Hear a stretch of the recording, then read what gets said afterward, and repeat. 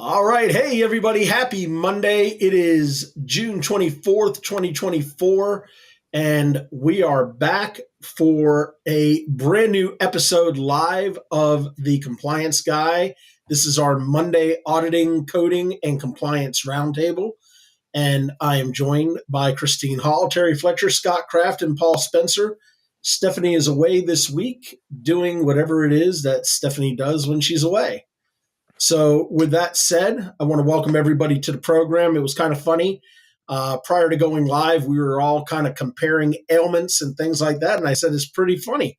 When you hit 50, you just start talking about all the things that are wrong with you and the medications that you take and the Metamucil and all this other stuff, as opposed to when you're in your 20s and you're talking about the latest rage that you went to. Is it rave or rage?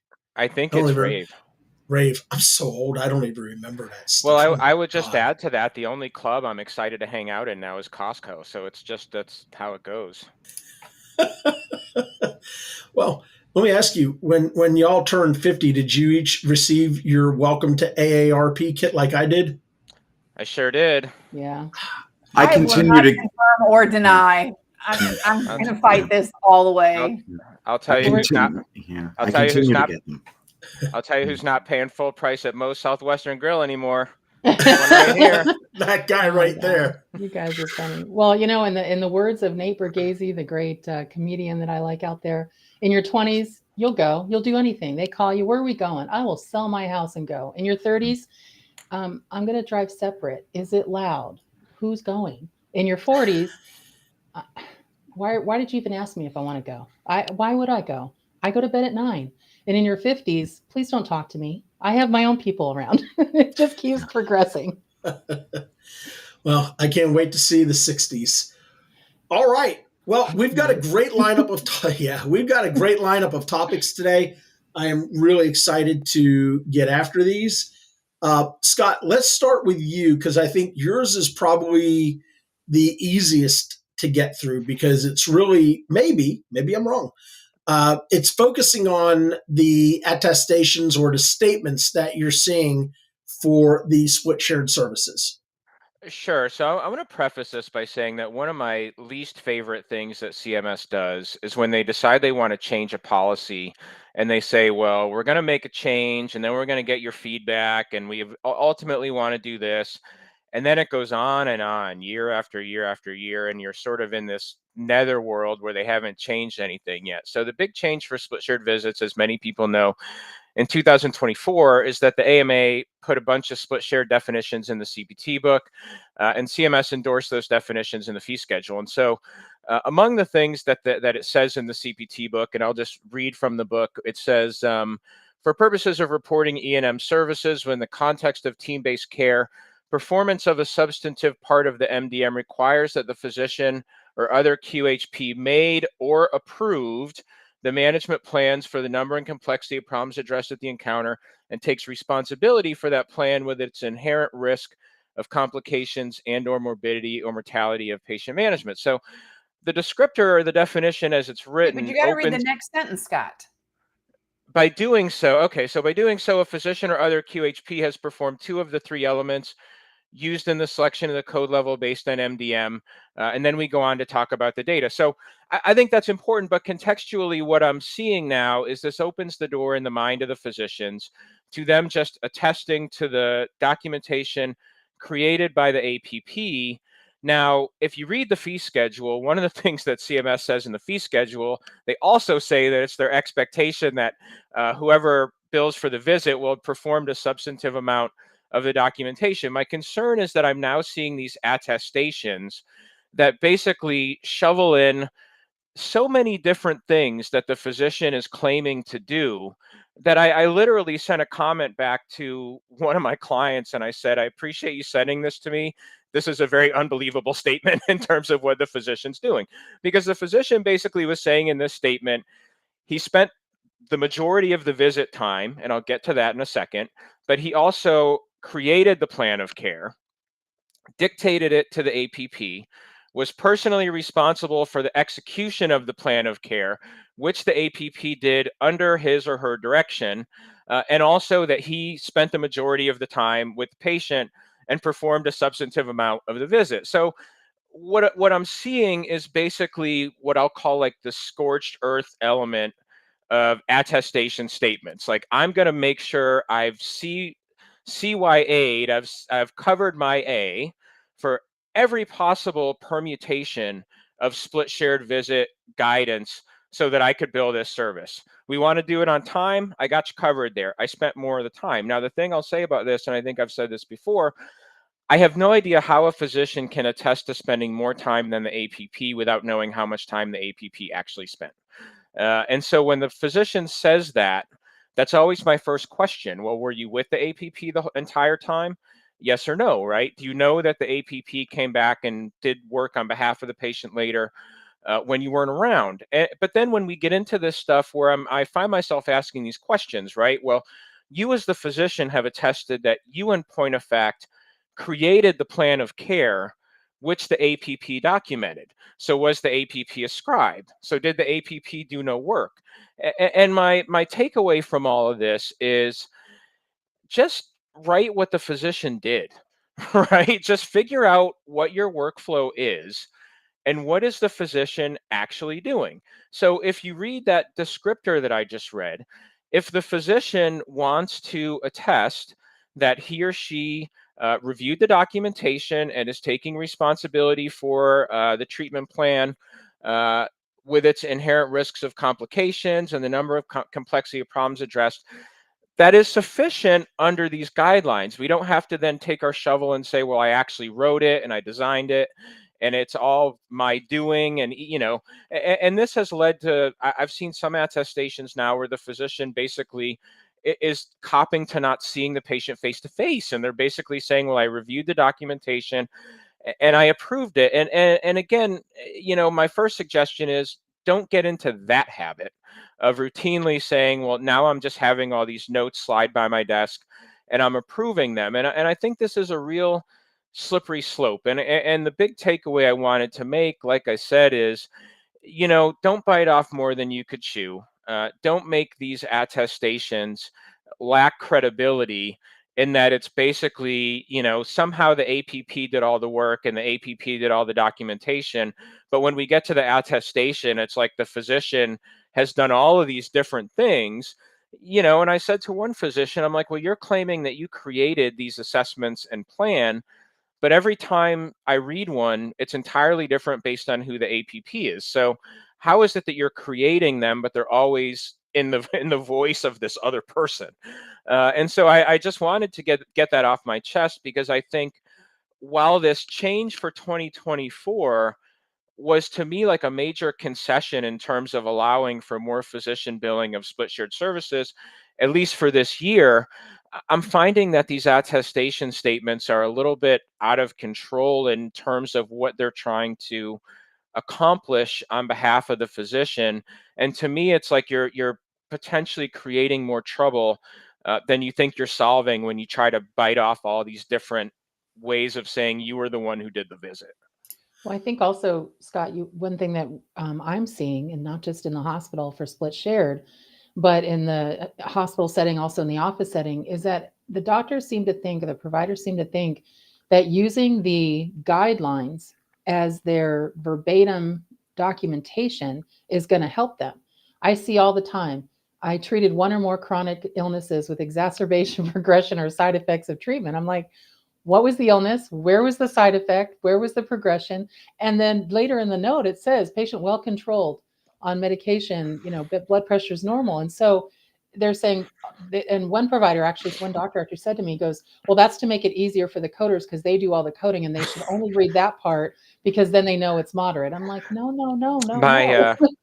My all-time favorite, new diagnosis with uncertain prognosis, and the next sentence was cough suspicious for upper respiratory infection. I know. I like when I get, or I don't like, I'm being facetious, but when they say I reviewed an external note and each unique source was, and I'm just like, oh, people. Stop using that. That's an outline. That's a prompt. That's telling you what you need to do. Don't put it in your note. I would say about this, the joy of these guidelines to me, and I say this to providers sometimes, is that we went from a world where I'm counting all of this different make work activity, and you just have this opportunity to say in very plain English how you're treating the patient, how the patient's condition is, what's going on with the patient. And so, take advantage of that and describe the work that you're actually doing. You don't have to get hung up in this our language, and things of that nature. And again, looping it back to split shared services, I'm not suggesting the physician isn't doing anything.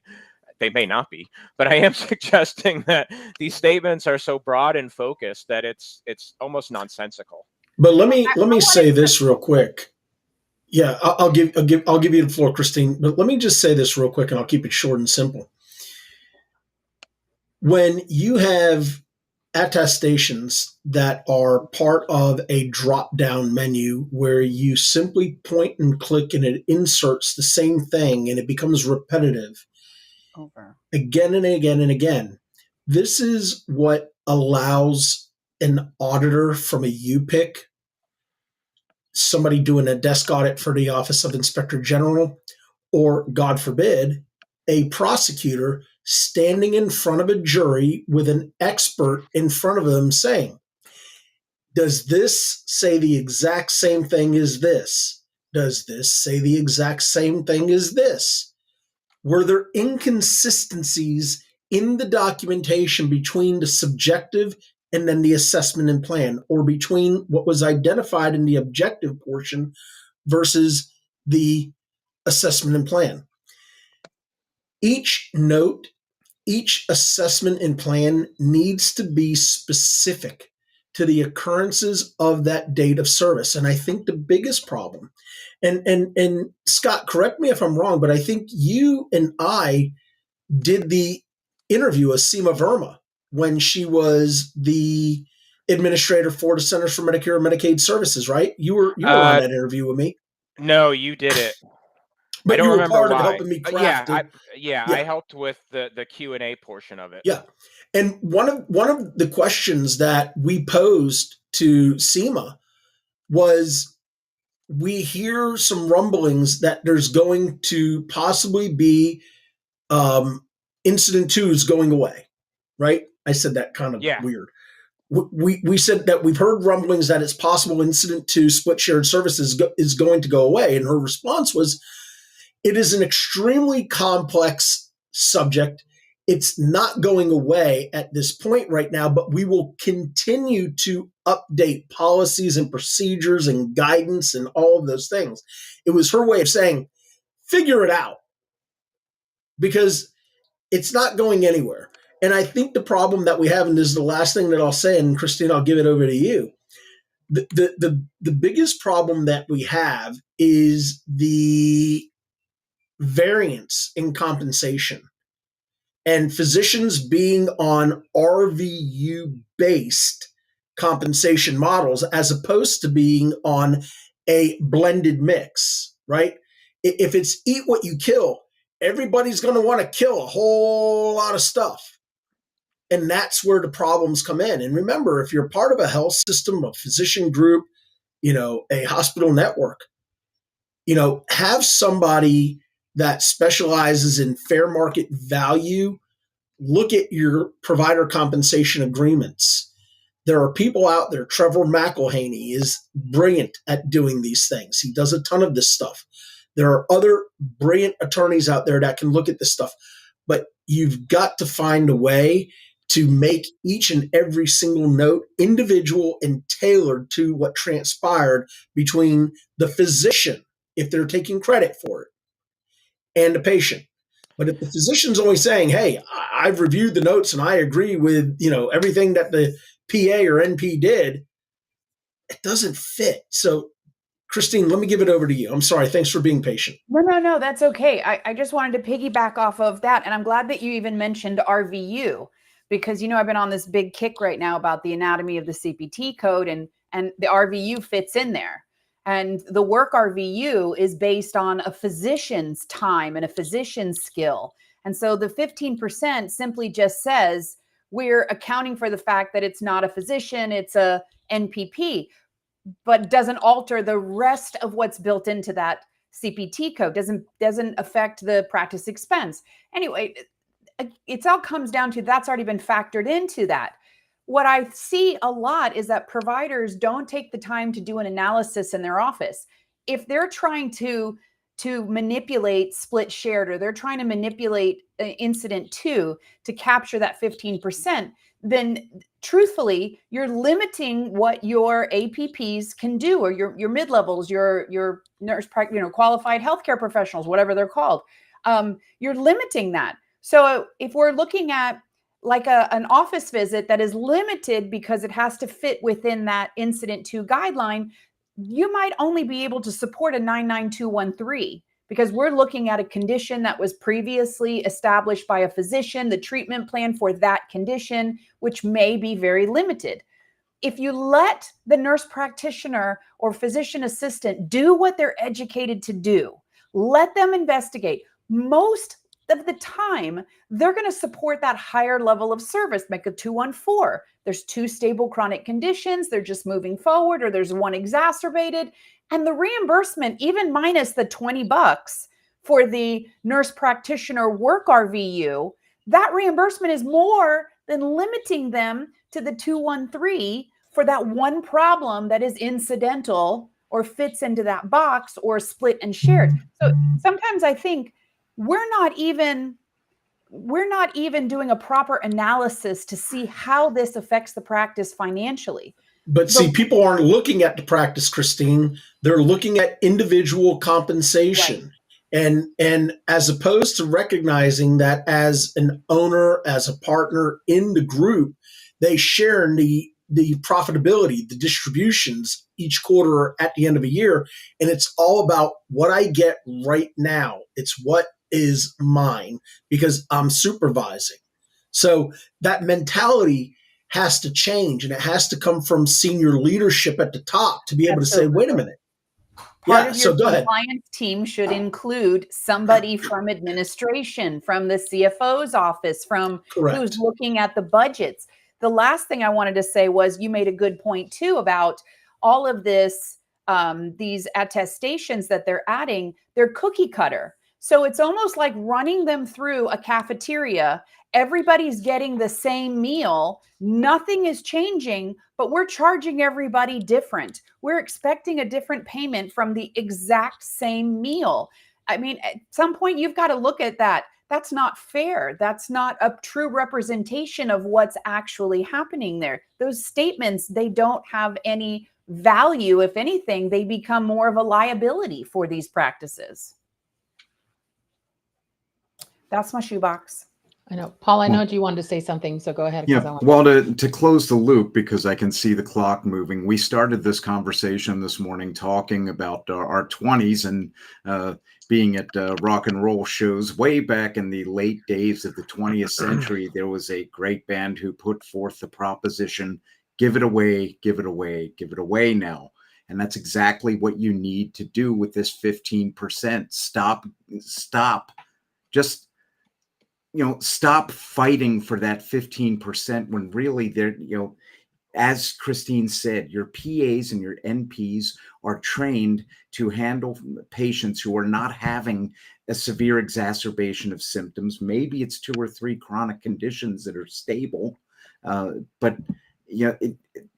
to put the time and energy to build templated sign-offs in an attempt to gain 15% is going to come back to haunt you in profound ways later on when an SIU or a UPIC gets to look at that language. And for all the kids also, out there, one of the things that we also hear all the time is, instead of how do I, looking at a patient profile, a clinical profile, and saying, how do I document this, or what would you think this would be coded as?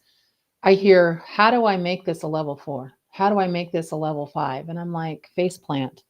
That's not our job. We don't show you how to pad your bill and pad your documentation to increase your reimbursement. And I realize it's all about money for a lot of practices. I understand that. I'm not naive. It is about money. and making sure your survival, but not at the expense of losing your clinical documentation integrity. There's a reason there is that acronym CDI out there. And I think Paul and Christine and Scott, everyone hit it on the head. Just document what you do. Document what you do. And by the way, nobody's buying that you're nurse practitioner, PA, or scribes. And back with Sean, with that, we could change the subject now. Well, I was just about to jump in and go, Terry, wait a minute. How do I get an extra $100 on my paycheck every week? Can I just go up to the docs and say, that's my goal. My goal is to get an extra $100 this week. Can you tell me how to make that happen? They're going to look at you cross-eyed. Well, it reminds me of the show Suits. It's like, who can we bill that to? Who can we bill this phone call to? Who can we bill this to? We are not a bunch of corrupt lawyers, And I'm not saying all lawyers are corrupt, but that show definitely dealt with some, shady things. And I just see it infiltrating into healthcare.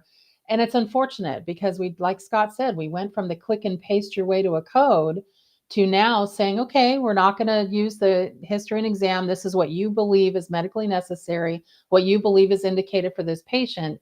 And all of a sudden now we've got, language that again is being added to documentation for reimbursement, not for what was done. And it's very frustrating. And the last word for all the young kids out there that were not familiar with those lyrics, that would be the Red Hot Chili Peppers. Thank you, Paul Spencer. All right, let's move. Now listen, Chad Smith, if you have never watched him on YouTube where they play a song that he's never heard before, there's no vocals, there's no nothing, it's just the instrumentation, and he's got to figure out the drum pattern and the rhythms and stuff, look it up. He has to be, in my mind, one of the greatest drummers I've ever heard. Okay, moving on. I want to go to a segment called Just Shut Up. And this comes from Terry and Christine, who were dealing with a very interesting situation where somebody was suffering from a disease called uncontrollable talking. I was going to say something else, but I'm going to be nice about it. So, Terry, Christine, why don't y'all lead us down that path and let's see why we say, just shut up. Okay. So people are probably laughing because they know that Christine and I tend to talk a lot on this. So they're probably like, are you referring to Terry and Christine because they just out talk everyone? No, it's not about us, but we did both meet with a client, a potential client, let's put it that way. And I'm going to be generic in this only because this is not really specific to that client. It's really something we deal with on a regular basis. But all of a sudden, well, they're in trouble. And there was a problem with giving information to Medicare CMS, unknowingly, apparently, reaching out to, in their opinion, reaching out for help instead of actually trying to fix things or understand how things work themselves. So what we're trying to get you to understand is before you take that leap, before you pull that trigger, before you fall off a cliff, before you do anything that you think, oh, well, this is what I heard, this is what I think it is, this is how I think I'm supposed to handle it, you either need to reach out to a trusted consultant, colleague, or published guidance. Again, trusted, we're not looking at National Enquirer, or we're not going to Facebook. We're just saying, okay, where did I cite my referenced source?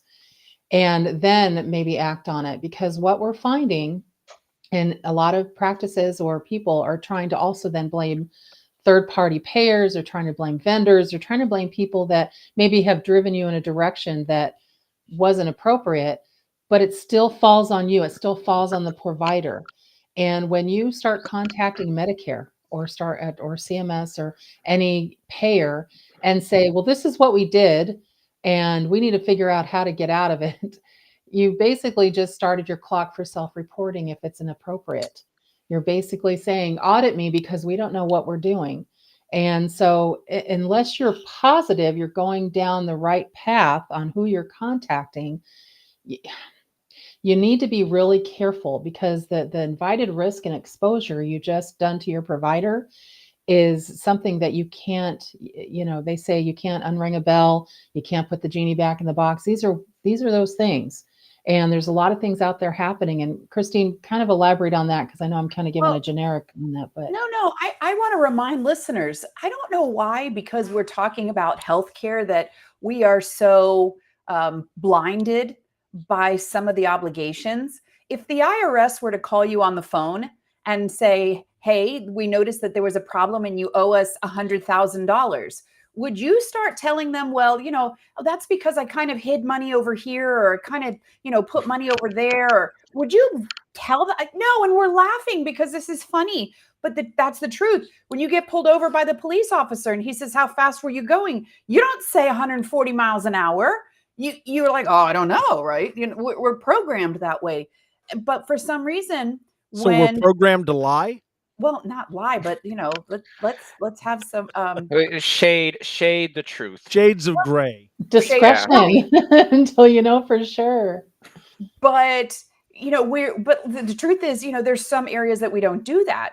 But healthcare isn't one of those. So like you were saying, Terry, to call Medicare or to reach out to Medicare and say, hey, look, I think we got some money that doesn't belong to us, that you overpaid us, or to say that maybe we were billing for services that we shouldn't have been billing for. And you really believe that Medicare is going to say, you keep those federal funds. Did they do that with your tax returns? Did they say, oh, no, you owe us money, but you know what? Forget it. Student loans, forget it. Yeah, your credit card company, forget it. Nobody does that. And there's but Paul, you're right. People are constantly reaching out to Medicare thinking that Medicare is going to say, it's okay. It's okay. Sean, I know what I want to ask you on this. So one of the scenarios that Christy and I are talking about is they emailed to Medicare. Again, the email address is your fingerprint. And they said, well, they're not going to see it because they don't really know what how to do from the email. And I'm thinking, what are you talking about? It's your email address. They're like, well, I didn't sign it. I know, maybe I should say this to Paul, but he has to breathe first. How, and I know some people try to delete emails. You can't delete off your server. You can only delete off your screen. What is your response to that when you guys have done with a lot of legal cases, a lot of DOJ, a lot of people, coming in and saying, well, there's no proof of that, but they have to turn over that stuff, right?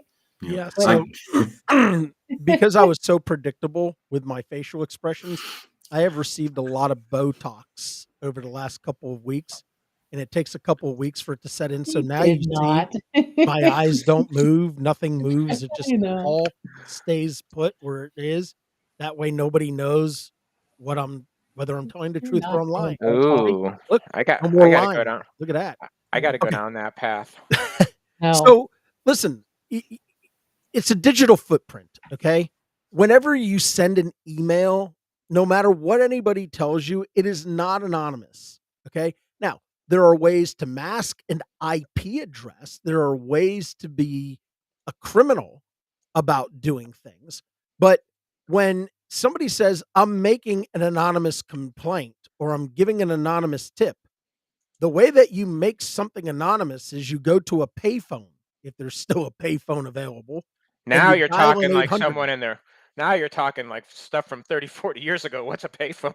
Well, it's like in the movie The Hangover where James Galifianakis walks up and he says, do you have a payphone bank, as he's looking to his beeper? But the point is, there's no such thing as an anonymous tip when you're sending an email from your email address and your IP location, unless you have a masking device, which I'm guessing you don't. So, for me, listen, Section 6402 of the Act talks about voluntary refunds. And a lot of folks look at that and they go, well, we only have 60 days to issue a refund. That's not how it works. Terry and I at nauseum have talked about the 60-day rule. I know we've talked about it on here with Christine and Stephanie, Scott and Paul. The 60-day rule kicks in once you have completed an investigation where you were able to identify and then confirm. So you actually have a total of 8 months. You have 6 months to conduct what's called a bona fide investigation. If you simply issue a refund without understanding the ramifications of issuing that refund, it could potentially have devastating long-term effects, because issuing a $50,000 refund and clicking the box that says administrative mistake and thinking they're not going to question you about that is a huge mistake. But So Sean, what's the timeline? So that's a good question you just brought up. What's the timeline? Say that somebody emailed CMS and their MAC carrier, and they said, we did this wrong. We said we had for a provider that maybe wasn't enrolled, or we told them to bill under another provider's name, which is wrong. And we got paid this money. And you're telling them that you identified that. You're saying, so we need you to help us because we don't want to pay it back. We only want to pay back a little bit. And we really did the service, but it wasn't the right provider. I know I'm going down a hole here. no. But I see you're What raising some happened? brilliant questions, and I've got to be very careful Yeah. because I know the prosecutors listen to my podcast because Yeah. they always play it during a trial. I do want to say this, and it's the truth because Terry knows about an episode that they played up in Boston. One of our Terry Tuesday episodes. Yeah. So many things I want to say. I know. So here's Does the the thing. clock start open? I guess does the clock start on that self-reporting when you've actually got a paper trail that you've told CMS, Medicare, that you did something wrong and you got paid for it and you shouldn't have? Well, it could start there, but I actually believe it starts sooner than that. I believe the time frame begins when you first identify the problem. And that's that 6-month period of time. But here's one of the really interesting things that you brought up, and I know it's going to take us into a topic that everybody hates and despises, Incident 2. Because keep in mind, the actual regulations, and remember, Incident 2 is codified under the Code of Federal Regulations, under 42 CFR, and there's multiple sections of it. But keep in mind that a provider can bill Incident 2 another provider if they are not enrolled in Medicare. I actually presented a letter from the head of the credentialing division at CMS that confirms this. But I don't want to get into the whole debate about it. The point that I think you're asking me to make and what I'm trying to make is, before you make a refund, understand what the rules are. And the way that you coding and billing is a game that the insurance companies have forced providers to learn how to play. And the only way that you can successfully play the game is to what? Know the rules. Well, where do you get the rules? You get it from the Medicare Benefit Program Manual. You get it from the Claims Processing Manual. So again, before you run to your doctor or your administrator or CEO, whoever it may be, make sure that you get guidance from an individual or individuals that actually have a mastery level understanding of these topics, so that you don't advise your group to make a very, very costly mistake. I have a group right now that was advised to make a refund of more than $185,000 to the Medicaid program in a certain state. And when you issue that kind of a refund, they automatically send it to the Office of Inspector General, the state reviewers for the Medicaid program, because remember, they're the gatekeepers. Now the IG's office is involved, and they are asking a million questions, and they are asking for more and more information. And now they want to get onto a telephone call, and they want to have an understanding. So please be very, very careful before you give guidance to your folks on, we need to issue a refund, because it But the may other not thing be a is refund that you issue. It may be a self-disclosure program. but it's not just that, it's before you also do anything that could trigger that. Perfect example, last year, I had to go to the ER for something, and we ended up being in the hospital overnight. We got through that. Got to get a bill, and I was just like, it was 101,000 and for one night overnight, and I was just like, whoa. But it said I didn't know anything because I went to a preferred hospital, whatever, but they didn't get paid anything except for an MRI. And I was just like, what? And it turned out at the bottom, read through all the things that said they didn't contact, they didn't have the right provider, it wasn't a preferred provider, all this stuff, everything that they do to not pay the bill. And so I called and they said, yeah, they had 3 days to call. And it was a Wednesday you went in. So they had plenty of time to call and get authorization, retro auth, all that. And I remember when I got home the next day, they even asked me to text them a copy of my card, all this stuff. Well, about 3 months later, I see another EOB come in. They again try to submit it through. I call them at the clinic and I said, hey, you guys aren't going to get paid unless, you got your authorization on this. She goes, oh, well, you know what? It says that the doctor that saw you wasn't on your plan. Let's find one that is and just run it back under that doctor. I'm like, and this is me. Oh my God. I hung up the phone so fast. Yeah, you told me that story a while I'm back. That like, was a yeah, crazy story. I'm just like, what? And so, and then in my head, I'm just like, oh my gosh, now I've since changed insurance and changed, situations there. But my question is that when those kinds of things happen, first of all, who told you to do that? Just find a doctor that can get it paid. Who's giving this information to people? And that's why we're like, sometimes if you don't know and you don't know what's, and I hate to use the word legal because none of us are attorneys, but if you don't know what's compliant, let's go back to that.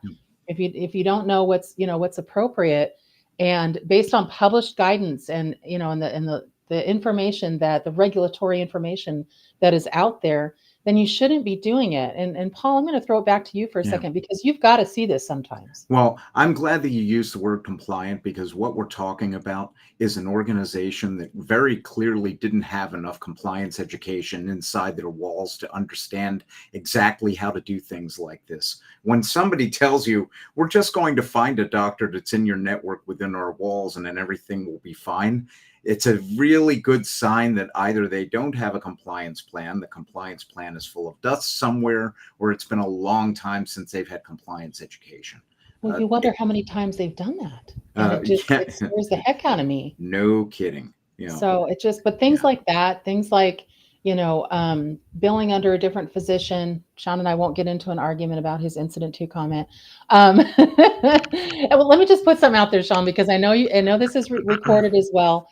When you say that, it's not just, can you clarify that it's not a blanket thing they can do? It has to be, there's certain things that have to be met, certain rules before that can happen. So just want to make sure people don't start doing that because that could be terrible. Oh yeah, there's always specific terms and conditions. Yeah, well, people don't read the terms and conditions. They just think they can do it.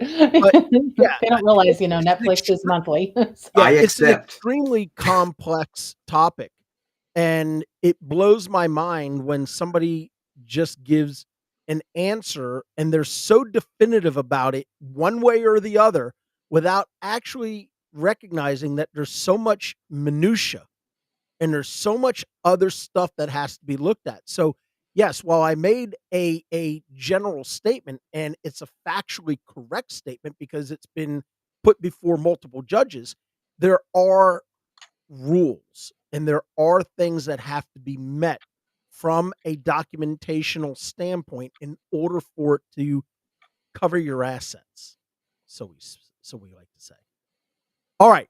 So this is, I think this is a good opportunity to transition out of this big butt situation and into a holy crap, what just happened section. So, Paul, one of our favorite payors. Aren't they all favorites? You know what? We will not discriminate. We love all payors equally. But in our own special way. In our own special way.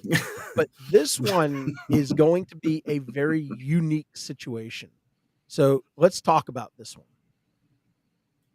So this morning, a news flash hits my inbox that says Blue Cross and Blue Shield of California has terminated somebody with the title of Vice President chief medical officer and interim medical officer for medical management, and I think it was authorization. Yeah. And I start reading the story a little bit farther. They hired a doctor to do whatever tasks they had this doctor do. I should put doctor in air quotes because that's part of the story. But they terminated this person after 2 months. And then they very strongly state that perhaps this person not only was not a doctor in the specialty that they stated, but may not be a doctor at all. It could be a case of identity theft, where a person gained a job using someone else's credentials. But I think the absolute worst part of this is that I listened to that job title, and then Blue Cross Blue Shield of California tries to do a yada yada of the situation and basically said, oh, they're just administrative. So they couldn't have possibly done any damage, right? Well, I hear the term medical management, and I think a lot about claims that would be denied because somebody needed the letters MD on a letter somewhere in order to say, well, this was reviewed by a physician. We're not going to pay your claim. So Blue Cross Blue Shield wants to get this done with a 3-sentence press release. But if I was a person in the state of California, or had a plan based in the state of California as the home plan, two of my favorite words when dealing with Blue Cross Blue Shield, and you received a claim denial in the last 2 months for something that was fairly complex, and you may have a letter with this person's name on it, I would be very skeptical of that denial, and I think you have just cause for reopening that claim. So such a great point. Okay. And I think it actually would go further back than 2 months, because you would want to understand through proper, channels, through proper disclosures between your counsel and general counsel of Blue Cross Blue Shield. If a motion is going to be filed for litigation or whatever, they're going to have to disclose at some point how long this individual was the chief medical. I'm not worried about them being a vice president, but I am worried about the fact that they were a chief medical officer and they were the acting director of medical management and accreditation. That concerns me. And the other thing that concerns me, and nothing against this specialty, but what concerns me is this individual making determinations about medical necessity for claims tied to specialties for which they would have no qualifications to make a specialty. This individual supposedly was a podiatrist. And this is, if you think back over episodes, this is one of the reasons why when we do peer reviews with our clients, we go around the table and I want my providers to introduce themselves. I am Dr. James Smith. I am board certified 3 times over. I hold, blah, blah, blah, blah, blah, whatever it is. And then I always ask the medical director to introduce him or herself, because I want to make sure that when we request a peer review for a neurosurgeon, I'm getting a peer review of a neurosurgeon, that I'm not being given a dentist or a pediatrician. That's the reason why they call it peer to peer. It's not peer to somebody, it's peer to peer. And I think Blue Cross, as much as they want to make this go away, this is not going away. And I agree with you, Paul. They have good cause for reopening all these claims. Well, the thing that really stands out is they refuse to disclose exactly what this person did for Blue Cross Blue Shield of California. You either do that now voluntarily, or you do that in the form of a subpoena. So And I I would, think it's very possible that the yeah, Attorney General's Office of California will get involved. There, there's a lot of things you could say about the state of California, but one of the things that they actually do take very seriously is corruption in white collar crimes in healthcare. They take it very seriously, as it should be taken seriously, along with all other crimes. But we'll leave it at that. Terry, you have any thoughts about this? It's your state. Well, I think that unfortunately, the not verifying credentials is not just a payer issue. I think it's a provider issue. I think it's a mid level provider issue. We see it everywhere. I can't tell you, every week I feel like I get an email or a client reach out saying, what do we do? We just found out we hired an NP from Ohio, and we didn't realize they were kicked out of the Medicare program for this, that, and the other, and they're really not credentialed. I said, didn't you vet them when you had to? They're like, well, we figured that would be taken care of when we tried to get them on California Medicare, that, a new UPIN number. I'm like, oh, geez. And then, it's just like, you've got to be kidding me. People And don't then realize that you don't cross communicate I from state know. to And state. same thing in Texas. I had a physician reach out and he said, hey, I just, I have a physician, but I'm finding out they're not really a physician yet. And they were actually from out of country that didn't cross over into the US. And it just went on and on. And I'm just like, why are you calling me? I'm a coder. So but it was kind of interesting because they're like, yeah, but stuff. I'm like, well, I know people who know stuff. So let me pass this along. But I think that from a payer perspective, I don't know what they're going to do with that. I have a feeling, it's going to be in the news for 5 minutes and they're going to brush it under the rug. And I don't think we're going to hear much about it. And again, that happens with a lot of things like this. They put it out there because they have to, and then we don't hear much more I'm about it. guessing the dollar amount, and this is just my speculation. I'm guessing the dollar amounts that are involved, it's going to lead to litigation. They may try to get a class, so they file a class action, and then that will force Blue Cross Blue Shield of California to the table to settle, But the remember, dispute. Blue Cross Blue Shield is not an insurance company according to California Business and Professions Code. It's considered a NGO for the better of healthcare. It's not considered an insurance company. So we've had problems with that out here, where we try to go to the insurance commissioner for violations of things that they've done under the insurance code, and they're like, well, they're not technically an insurance company. So well, it's but tough. what are the consequences if, based on their NGO agreement, they're not working for the betterment of healthcare? They're really just protecting their own backsides. And they could Yeah, they could spin it and say, well, we wanted yeah. to make sure we got these claims through, and so we used somebody that's a healthcare professional, and maybe they weren't exactly credentialed right, but blah blah blah. I agree with you. This is a mess, It and is. it should absolutely be called out on. But I've just seen so many things like this get workarounds. It's I don't know.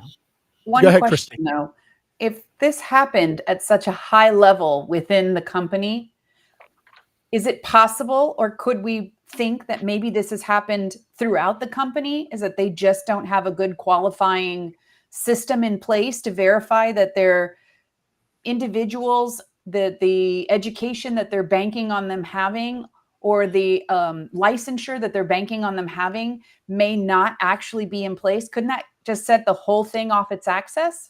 So that's a really good question.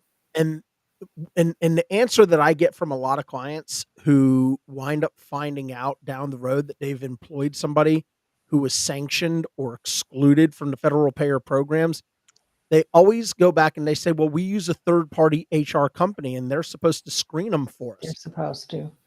Listen, before you allow somebody to come to work for you, where you are a organization receiving federal and or state remunerations, you have a responsibility contractually and legally to run these people through things like the the LEIE.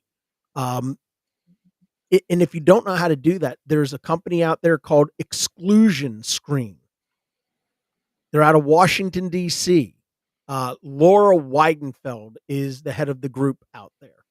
Um, every one of my clients that comes to me to be a compliance officer for their organization, I refer them right over to that company, and I tell them one of the first things that we have to do. And it's really interesting. And I'm so glad that you brought this up. One of my clients here in Georgia just actually reached out and sent me a form. And on that form, as a condition of participation with Medicare here in the state of Georgia, there is a box that says we have effective policies and procedures that allow us to identify individuals who have possibly been sanctioned and or excluded from participation in federal and or state programs, and we are using an exclusion screening process. And they didn't check the box, but they checked all of these other ones about compliance, and they sent it back to me, and I said, whoa, it's probably one of the most important ones, because people don't realize that when you hire somebody into your organization that has been excluded, there is an OIG requirement for reporting that. And then there is an entire calculation that you have to use to go back the certain number of years that they have been employed under your organization. And then you have to figure out how much have you been paid during their employment, and then calculate that. And then you have to refund that amount plus a minimum of double damages up to treble damages. Folks, this stuff is not a joke, man. Compliance is not it's not a punchline. Well, It's and a remember, if tagline. you're But the one thing at the state level, it's easier to find too. So for those of us that we always talk about Medicare, Medicare, Medicare, Medicare, Medicaid, they're actually stricter on this. And so the one absolutely. thing, going back to the Blue Cross Blue Shield thing, they're also a Medi-Cal. We have a Medi-Cal HMO through our Medicaid program. If they were a contract provider for them, and I'm looking them up and I see they were, that is probably where they're going to get the problem, because state here, oh man, you mess with the state, and from this kind of payer stuff, because we have such a deficit right now, that's where they're probably going to see the problem. As they say, you mess with the bull, you get the horns. All right. Let's go around the table. Let me start with Scott Kraft, because today you have been unusually quiet.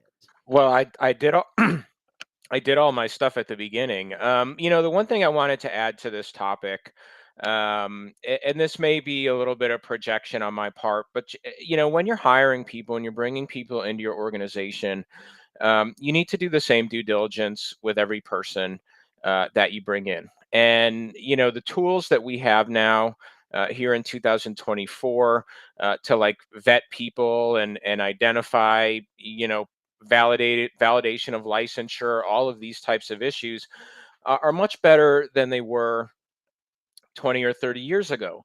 And one of the things that I've seen, not just in healthcare, but in other aspects of life, is you may be hiring somebody because you know that person, because you're connected to that person socially.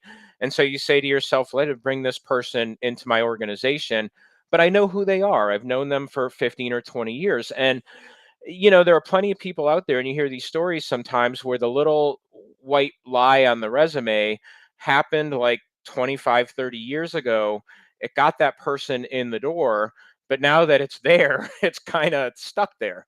And nobody ever thinks that they have to validate it. And it just becomes, I think it's the difference between, like, if I hired somebody off of the street that I had no idea who they were, then I'm going to be doing all this validation work.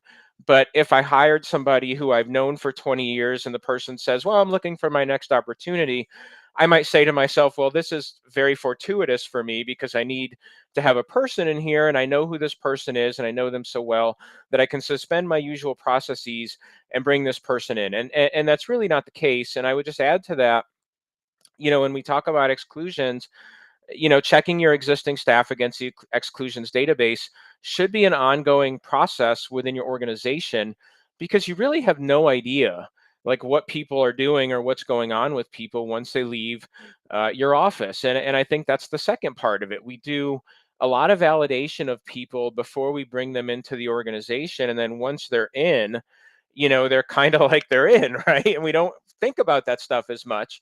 But there's plenty of things that are going on that people are involved in that you hear about all the time. And so, to me, I think tying together a lot of the themes that we talked about today, front end processes, whether it's these are the services that we bill, let me make sure that we understand inside and outside, what the regulatory motion is of those prior to initiating the service, whether we are doing a full validation of people prior to hiring them, because a lot of these topics that we've talked about, like a common theme today is what I'll call like the back end scramble, right? Like, so now I've stepped in it and now I got to figure out what the best way to get out of it is, right? And I'm like everybody else, right? Like bad news, I'd prefer it go away like sooner than later.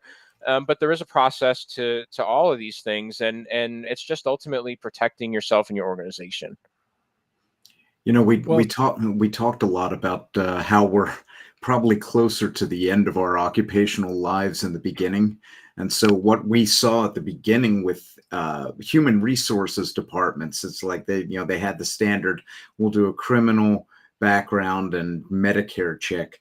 I'd add a fourth thing, because it's coming up so often that really the worst information is at your fingertips. There's this thing called Google. You type in a person's name and you hit the news link at the top in the upper left, and you are immediately surprised by how quickly you find out that this golden candidate that you have for a new position shouldn't be anywhere near your building with a 10-foot pole. You know, we're in a data and technology deep time.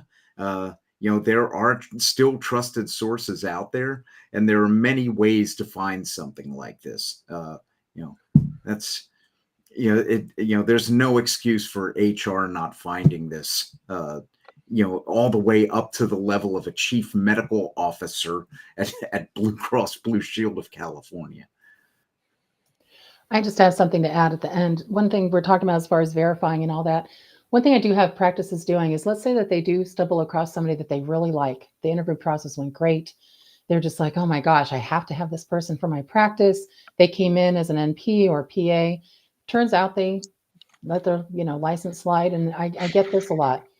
We're just going to use them as a scribe. We're just going to use them as, we're just going to, it's like a pretend lawyer saying we're just going to use them as a consultant. I keep going back to that show. I love that show.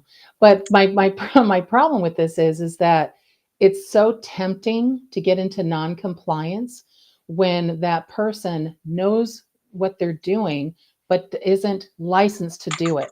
And so when you say that to yourself, it's really hard to not only be out of compliance, but start to possibly, spill over into legal issues. And so really be careful when you do something like that.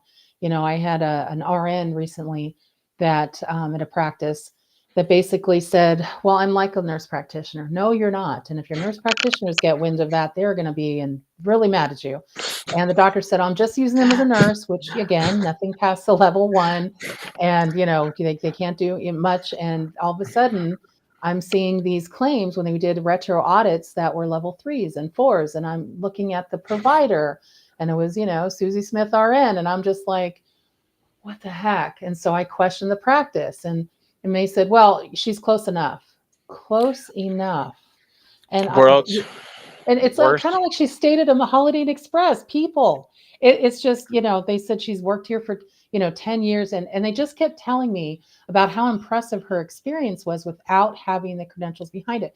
And I said, it's like you saying that your father decided they wanted to be a doctor later in life, never got their MD, but now they're going to go into the operating room and start, taking out appendix. I mean, people, stop doing that. So, and unfortunately, Sean and the group, it's happening more often than not. And the biggest one is the mid-level providers using as scribes. Nobody believes that. Medicare, I've been on roundtable meetings with them, and they're just like, we don't believe it. If we ever see it, we question it like you can't even believe, because they can't help themselves but want to make medical decisions. And scribes don't do that. And so, they're only verbatim spitting out what the doctor said, period. It's just, it's transcript. And so it's tough when I see that kind of thing. So stop doing that. Christine. So I'm going to take this home. You brought up a very good point, Terry. And as a matter of fact, last week I got a call that there was a waiver program.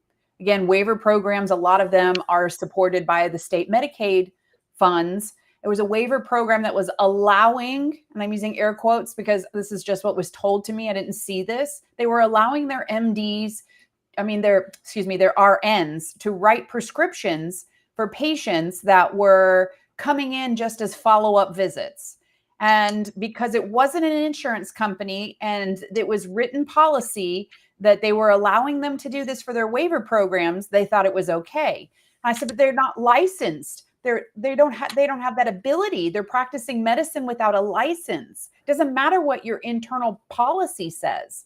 I think that's really important that we need to remind people is just because you have an internal policy doesn't make it okay legally to do that.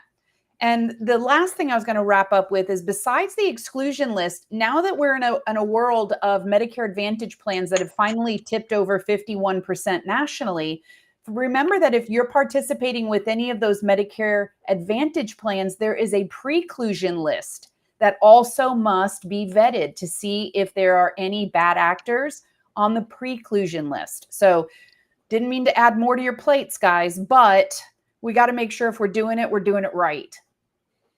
Absolutely. All right, that's going to wrap up this episode of the Compliance Guy Monday Roundtable, Auditing, Coding, Compliance. Want to thank Christine, Terry, Scott, Paul. Hope that Stephanie's enjoying her time off wherever she is. We know where she is, but we're not going to tell you. All right. Terry and I are going to be back tomorrow with a brand new hashtag Terry episode. I'm really looking forward to that one. It's a cool topic. So until then, remember, be good to yourself, but more importantly, y'all be good to each other.